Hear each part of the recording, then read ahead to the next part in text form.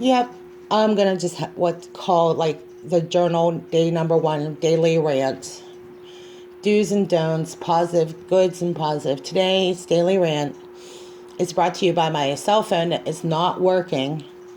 Let me just say this, that there are some things that there's a standard protocol in the medical field.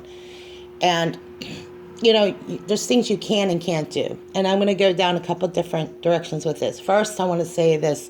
Thank you for listening to my daily rant because, see, I come from a place of experience. I don't make PC a part of the everyday dialogue. But today, that is one of the areas we're going to overcome today.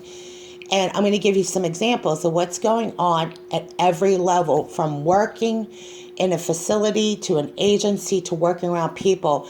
They have created a PC culture in the medical field that's actually very detrimental. Let me state, as a back office medical assistant, when you're dealing with the front office, the front part of the office, they deal with people all the time, patients and concerns. And one of the most important things to the surgeon and doctor, having worked in the back office, one next to the doctor, I know one of the requirements is to make the doctor get the patients in and out efficiently, not quickly, efficiently, get their needs met, that they don't walk out unhappy, okay?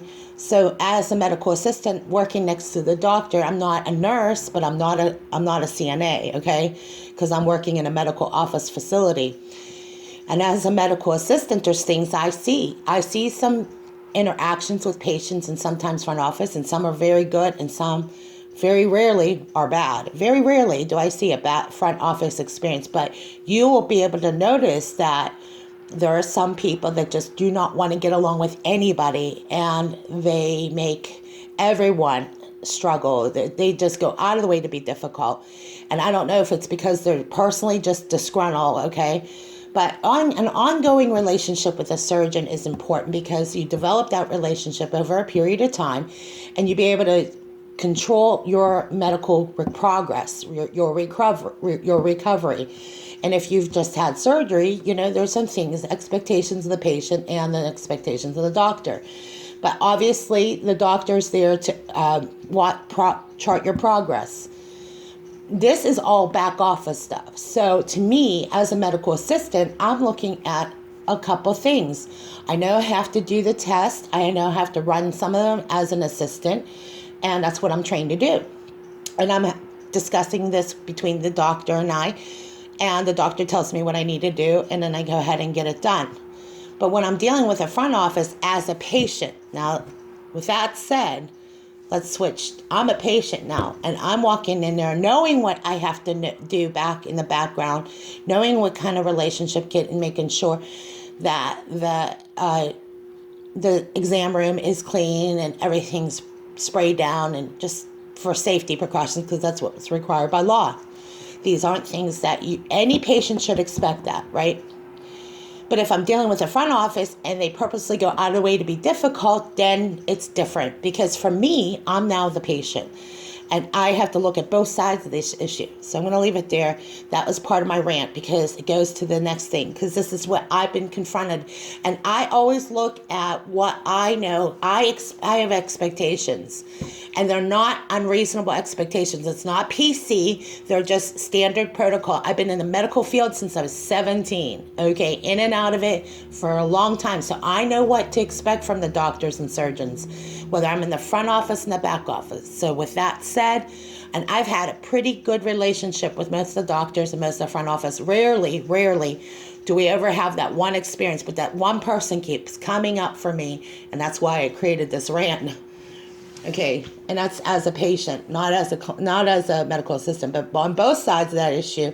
Why do I address this? And that's why I started the field report, because I realized there are medical concerns that sometimes we can just discuss that as people, like just people, you and I talking, okay? Things that you might be concerned about, things that it's amazing how many of us find out from just talking to each other that we might not have, may have overlooked. And a lot of people, they've turned their health around just because they have a community where they can talk about this, right? Okay, so I hope that we can offer that as an option, because to me, there's nothing like having a medical community of patients and professionals talking about these things. That's why I open up my chat wing site, because instead of having to be in the hospital wing, it would be better that we can end up on the chat wing and prevent disease prevention, right? Let's think along those lines. If we want to prevent health problems from reoccurring, this is why we have a community, and that's why I'm doing this rant. So I welcome you to the community. I hope that at the field report, we create that kind of environment where it is people walk away with answers or results or a direction. Maybe we won't have the answers, but as a community, hopefully we'll get to be able to target some of the problems. I've heard this over and over again. I wish people would take advantage of the chat wing. I wish people would take advantage of this time and open up that line of communication, because a line of communication is the difference of turning around somebody's health. And for me, this is why I emphasize, I was confronted with so many other medical concerns, and I could not believe I got to the bottom of this finally, because I was talking to people.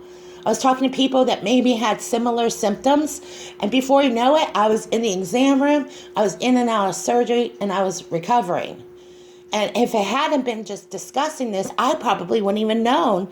Because I think one of the greatest things to overcome is the fear of the unknown. It's like, I don't know this, but it's not as if there aren't ways to find out. And that feeling of helplessness comes over you immediately because you just don't know. I mean, you might have heard about it on some news feed or on some website or on TV or through word of mouth, but when it confronts you, it's a whole different dynamic. That feeling of helplessness comes over, and a lot of us have been there. You know it, and I know it. That's why I hope you utilize this chat wing. Please, please. I cannot express this enough.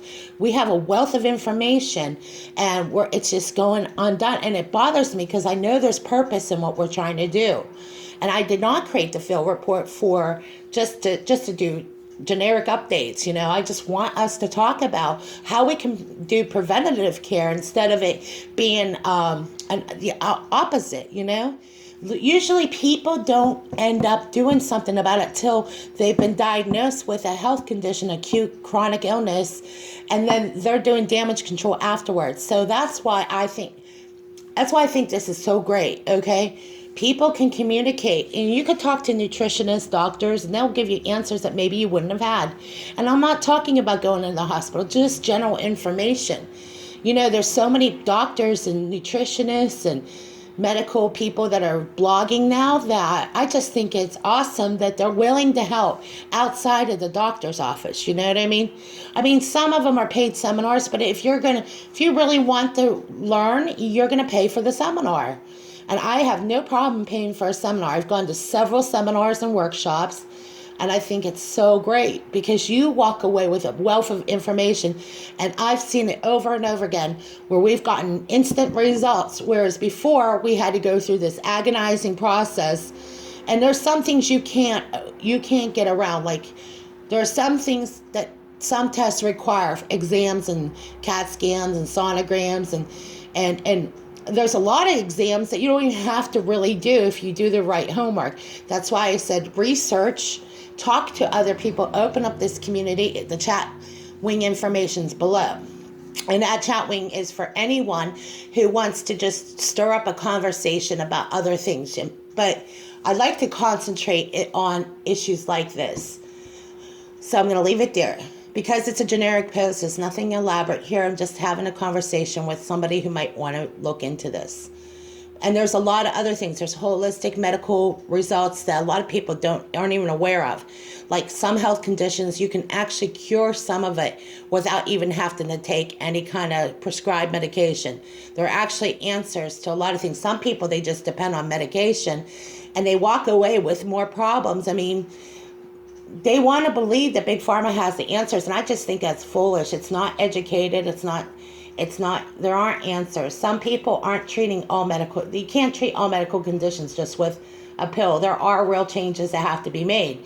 And I know some of you who have made those changes, and you're still running into things. So that's why I think we can learn from one another and how to improve in this area. Because I think what's going to happen, looking at the healthcare industry, they put the squeeze on the patient and the doctor. And that's why I think so many people are blogging, and thank God for that. I think a medical blog will open up the discussion in ways that I probably think more people should go down this road. I mean, healthcare is the primary concern right now. I mean, if you're getting billed this way, you're not going to be able to rely on the old medical care. And now it's required by law that you have to have a health insurance, even if you don't use it. That's sad. And we're going to go down a couple other directions at the very end of this about preparing and medical procedures and how to get around financial concerns and what kind of agencies are out there to help. Like, there are a lot of people have to go to the Department of Aging for extra help because of their age, you know. So there are things that we look at there, depending on what kind of handicaps and other things that people might run into, especially families who are in a crisis because say your mom or dad had a stroke. Well, it radically changes things. It changes your financial situation. All of a sudden you're missing an extra income that where you didn't have before. These are real concerns. Like, I just got off the phone with a local electric company. There's no additional programs unless you apply for assistance, and you have to meet those requirements. So it's a lot of requirement paperwork and things that people don't have options. They don't have answers. If you don't have emergency assistance and you know that you're running into a problem where your electric could be shut off, right? Well, you're going to call the electric company and you're going to ask them, what can I do to prevent it from being shut off? And they have usually on the website medical certification. This is stuff I didn't know about. And it'll put a hold on your account. A lot of people worry about this stuff. It's like, how am I going to get the electric paid while I'm in surgery? So I ran into a lot of the same things, and I'm hoping that we can help each other. Okay, I'm switching this conversation, going in a totally different direction. If you're not comfortable with the topic about Planned Parenthood, I would just simply say you can shut it off from here. And I'm going to give it a few minutes as I wrap the first part of this up. And the reason I addressed this lastly, because I realize a lot of people are not comfortable with the matter that's being presented in the public. And I think it's very important that we carefully discuss this. So if you're not comfortable about the issue of abortion or child rearing or things like that involving Planned Parenthood, you can shut off this post. But I am going to go there, and I'm going to discuss something I think is really important. So I don't want to upset anybody, but we are going to talk about this carefully.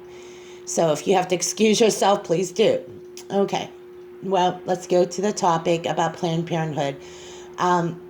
As a woman, I've never had to go to Planned Parenthood personally to receive any medical care, no matter how much we've been told that Planned Parenthood provides the services. They may provide those services, but I don't know any woman that I've known personally that's gone to Planned Parenthood provided that they need those services. And a lot of the girls that I do know that have gone to Planned Parenthood, it's mainly to get like the birth control shot, okay? And it's not very reliable from what I understand. This is just from what I hearsay. And most people don't lie about that stuff. That's pretty much what I've been told. The thing I guess I want to discuss is that's usually what you hear that's been circled around, that Planned Parenthood provides a lot of women in low-income areas services. I don't see that. I mean, I may not be aware of it, but I don't know too many women that have gone there. Although, if they do, they've been told where to go. I mean, I've never had to use Planned Parenthood services personally. Okay, I've never had to go to them. I wouldn't go on birth control because I think there's some concerns that with the birth control, as much as some things I think are good with birth control, like it prevents some problems, menstrual issues. I primarily just never really was comfortable taking shots or immunizations. If I didn't have to stick something into my body, I'm not going to do it. That's a personal choice I made. And I make choices every day about my health. And some I have made real devastating decisions, but what I believe is a pro-choice matter is it's my body and I'm not letting you in near it. that's my choice. I make a choice not to go to Planned Parenthood for medical advice. I'll go to my doctor. I'm a medical assistant. I'm not looking to Planned Parenthood for those kind of answers. So I choose not to do it. I choose life. So I make a choice. I choose matters I know that are going to be conducive to my lifestyle. Now, there are girls that have a lifestyle which they choose to opt for Planned Parenthood. They're sexually active. They might be sexually active with multiple partners. So I think for a girl that is living this kind of lifestyle, whether they realize it or not, or they're not honest with themselves, if they're, having multiple sexual partners, your higher risk of STDs is increased incredibly. Many girls who are at high risk, also, they might not know what's going on with their partner and find out that they have an STD. So these are things that are a public matter, becomes a public health issue. And there are concerns that I think as people who are in relationships are a couple, and they should discuss these things before they engage in any kind of intercourse. There are alternatives, I call it outer course, but sex education to me can go two different ways. We're going to weigh out both the issues regarding sex education. When is it appropriate to discuss sex and sex education? I think there is a cutoff point. I think as girls do get older, they have to understand what are the kind of concerns that are going on and a matter of public health. These are public health issues, are not issues that I think are discussed or should be discussed with kids at a certain point. They acclimate our children to be prepared for the society in which they live in. Because of the society in which we live in, there should be some education, but I would not concentrate sex education to kindergartners and grade school age kids. I think there is a cutoff point. I think there is a line of demarcation that we as a society have crossed over, and I think parents are asking why. Why are they going this far with it? Why are they pushing these limits? Because one of the concerns about sex education is the concerns of dating violence and rape. We put our kids at higher risk of dating violence. This is the kind of thing that is a major concern, and Planned Parenthood of all agencies should be aware of this. One of the concerns about sex education to me is that when you get into a situation as a young person, that there are a number of things that young women confront, young men confront. Pregnancy is one of them. And if they don't know what to do, the easiest, best way to turn to is people that are willing to discuss this. We have to create options for our kids so that they know that they can turn to somebody about what are the options for you. Are you comfortable with going through an abortion? And primarily young women don't want to have to do that, but they don't want to go through a pregnancy either. So then it creates another scenario.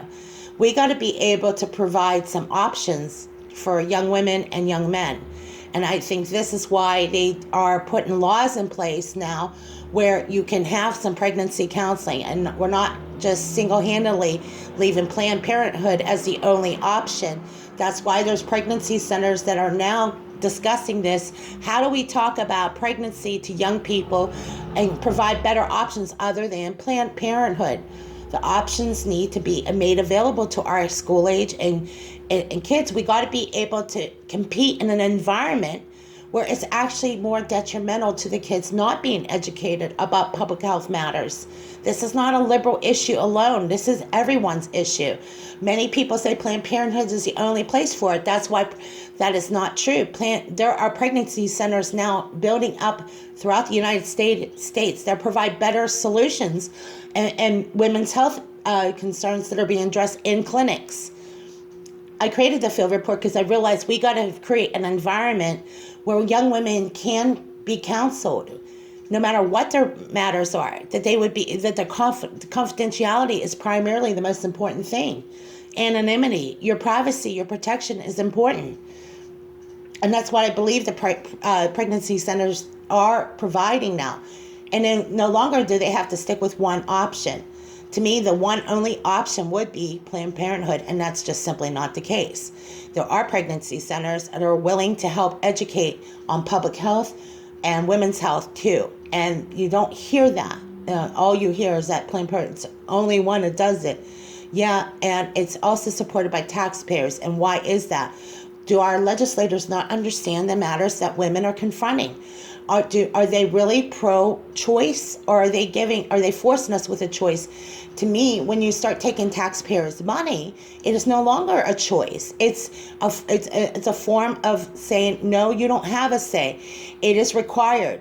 Where did the taxpayers ever been told that they're required to pay for abortion services? If you don't have to pay for abortion service, and nor should they be penalized.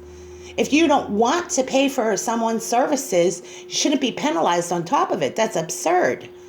Meaning that people who don't want to be in a group plan say, I do not want to have to pay for this for other reasons, but I financially don't want to pay for it. I don't want to pay for other people to have an abortion or services to keep it open. People should be able to allow to exercise their rights. And where are our legislators? And their concern is that people are saying, if we keep going down this road and we don't have answers quickly, the end result is that we have a system where, forget taking your Hippocratic oath. These people are not doctors. I worked with doctors. I know there's a difference. Working in a medical clinic, we have a required protocol where you have to, when you're taking out hazardous waste, and I mean hazardous waste meaning like syringes and sponges and things. I'm not talking about fetuses. They're not hazardous waste. And what I'm going to tell you about what I see as the doctors that are involved in anything that regards disposing of hazardous waste, I've never, ever heard a doctor call a fetus hazardous waste. Never. A child, an unborn child in the womb where a woman is pregnant. She's pregnant before she gets into that clinic. And she has a pregnancy counselor meeting with Planned Parenthood. At what point does that baby, with a viable infant that could actually live outside the womb, somehow, because it's not outside of the womb, become not viable? I don't know. Somewhere along this line, and it gets really murky from here. And this is why we're going to go into an elaborate discussion about Planned Parenthood. Planned Parenthood, at some point, decides that the baby is not a baby. They made this up, not we, not us, okay? They also can't be they can be operational as long as there are legislators that keep prolonging this disaster. It is a disaster of epic proportions. You can pretty much read the stats and information for yourself to get a better picture. But I'm looking at it from a clinical perspective. I'm thinking to myself, I know what's required as a back-off medical assistant, and I'm going to dispose of hazardous waste. I don't look at a baby or a child as hazardous waste. That's why there's been so many nurses that rescue infants and fetuses that are viable outside of women, even after a botched abortion. And as medical assistants and nurses, we have enough within ourselves to recognize that this is a baby. But for some reason or another, Planned Parenthood has a whole different definition on how they dispose of hazardous waste. And the idea that any doctor would ever tell us to dispose of a fetus as hazardous waste seems ludicrous to a lot of us who work in the medical field. In fact, if you're a trained medical professional, most of us don't even look at it that way. We look at that as a baby. And usually, if you're an ER nurse, you're going to do everything you can to resuscitate that fetus, unborn child. Most of us have been in an emergency room. They would resuscitate a baby, not hide it and put it in a hazardous waste just to be left to die. And that's where we're at as a country. That's where we've been at for a while. And let me say this. I mean, it's going to be up to the medical professionals to say something, because if the public doesn't understand the public hazard and the public health issue we got in front of us and recognize that this is everybody's matter, I mean, you personally are not going to want to be exposed to all the problems that come with an unborn baby. I mean, the idea that anybody would dispose of a baby, that's terrible. Yes, it is horrible. But what's even worse is that an abortion doctor acts as if this is a scientific method. The only way abortion doctors have gotten away with what they've gotten away with is they created a science behind it. There's nothing scientific about aborting a child. What they will do is they'll tell you they're procuring the body parts, meaning they have signed waivers off by the patients that are getting the abortion at the clinic, and they're saying to us, what they're stating to the patient is when they literally are convinced that, yeah, this is the way to go, right? Not knowing that there's no aftercare for that young woman who just went through an abortion procedure. There is no like follow up with the doctor. If she has medical concerns, she's gonna have to follow up with her MD.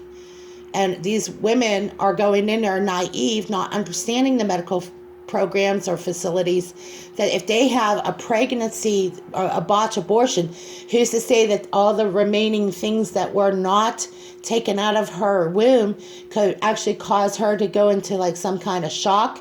I mean, there are a lot of things that young girls do not know, and they do not want to be in an emergency room, much less die after the fact that they had an abortion. We've got to show both sides of the issue. We got to be able to discuss both sides. These are the pros and cons. If a girl goes and gets an abortion, she doesn't know if she's going to come out of there okay. She could actually be in a situation where she would be sterile for the rest of life. She's taking higher risk at having an abortion. The risks are way, way too high. You're not hearing that from Planned Parenthood, and nor would they tell them, but they are asking these women to sign a waiver, a medical waiver, to use the fetus's body parts as science. This is why we got to educate ourselves on what's going on. Because if a young woman signs over the rights to that fetus, therefore they have a legal right to go ahead and go forward and use a science. The thing is the conflict in interest is there an exact science? That's why science is full of hypotheses and theories. Theoretically, it sounds like science. Theoretically, Planned Parenthood is convinced that this is a science. Therefore, they can procure body parts. And the problem is there comes more ethical matters, more concerns that the public has yet to address yet. Because we've seen revelation after revelation and people discussing how they have profited from this science. They have created a science where you can use human organs and body parts and form a science out of it by doing stem cell research. That has been one of the this is the way they legitimize abortion. And should we be concerned? Yes, we should. As long as you have to pay for it, it's up to you to decide. This is your matter. This is everyone's matter. Now, because everybody who has health care, because that we have not stopped abortion, I believe we're in a way responsible. And guess what? It's coming out of taxpayers' money. And until taxpayers say, I had enough, and we're going to start fighting for the rights of the unborn, that's when I think it'll change. That's when I think you'll get the attention of legislators. When legislators say everyone is against it because it's gotten to the point that it's the right to life issue that's more important, and it's not just a taxpayer issue. It's not women's health is the issue. It's primarily being responsible. A country that has gone this far, who has allowed this to go on this long, every one of us are going to have to look at ourselves to some degree or another. Everyone's responsible if they don't pick up the phone and contact somebody. How can I do this? Maybe you're in your 80s. Maybe you're in your 30s. Maybe you're only 15. But wherever you're at whatever age, we're all responsible for this one primary issue. If you do not want to pay for this kind of authorization, you have to say, I can't morally end up there. There are all kinds of ethical issues that arise when I hear this topic. I have a lot of concerns. I'm addressing it with my church community. I'm addressing it with my business community. I'm working in a network with a business community that does not want to go with this group plan where abortion's included. You got to be the kind of person to get to the point where you have to decide how far as a country we're going to allow this. And there are other ethical, religious issues that are involved there, but it comes down to basic human rights. It's a human problem. Our children should not have to encounter these they shouldn't have to confront this at 15, at 10. These are huge responsibilities for young people, and altogether they'll avoid sex. Maybe that's the only good thing that could come out of it, but altogether it doesn't necessarily mean it will be an avoidable thing. I mean, there are young girls that are going to get pregnant today. There are young girls right now confronted with this issue, and there's young men that are thinking this is the only option is abortion, when they know, and they may or may not know, that there are pregnancy centers that would help along, will not force them to make this hard choice and cough up $500 to have an abortion. You know what I mean? We got to make it so a climate where people are like, wow, I got more answers. I feel much more comfortable with this decision, and I don't have to be forced to have an abortion. There are better choices, there are better options, and abortion is not one of them. And that's the message we want to get across. Because if you see, there's going to be headlines that are going to come out, and they're going to really, to be honest, you're going to be, if you can't come away jaded or disappointed, I would be hugely disappointed if you didn't act in a way of like we got to get the attention of the public. We got to get the attention of the medical community. We got to say, hey, this is where healthcare is going. It's here. You are going to pay for abortion whether you want to or not. That's the message that Planned Parenthood is sent to the country, that they are going to get their money. Whether it's a science or not, they've created a science where you're looking at today being the science of harvesting organs. And to me, they can put a scientific name on it. They can label it whatever they want. To me, we've gone too far as a country. We've gone too far without articulating the issue. And I know some of you are not comfortable with this issue because it's presented to you in way it's being presented out in the media. It is really concerning. It should upset people. I can't imagine any of you walking away not feeling upset about this. I cannot believe we've got to the point where our kids have to make these decisions. They're too young to even understand how to talk on the phone, and they're already being told that they have to have sex education. This is not grooming. They're grooming this generation to somehow think that they have to be forced through like peer pressure to hang out with these kids in order to be accepted. We all want to be accepted, but not when it comes to being reduced to the point where you don't value life or value yourself. Most of these young girls, I'm hearing over and over again that these girls want to cut themselves and they're hurting. The pressure can be tremendous, and they're putting this pressure on kids, and that's the issue. This pressure is being put on them in a public health system, in a public school system, and that is where we start. Because if we're going to educate our kids and we're going to get them out of the situation that they find themselves in when it comes to peer pressure, that is the biggie. Because most of these things all originate with peer pressure. All that pressure to make a decision, if you don't feel comfortable about making a decision, that's when you wait. That's how it really works. You don't have to rush and make a decision like that, especially with the kind of consequences that it ends up with. I mean, you end up with consequences you're not capable of handling as a young person or even as an older woman. So it goes back to the whole purpose of why we have the chat wing. We have this place where we can communicate, we can discuss it, and we can look for better options. There's options. There is other options than being forced to cough up $500 for an abortion for young men and women, okay? You shouldn't have to risk your health just to get answers. You shouldn't have to be pressured to get answers. So please go to our chat wing. All the information is in the description box below. Thank you.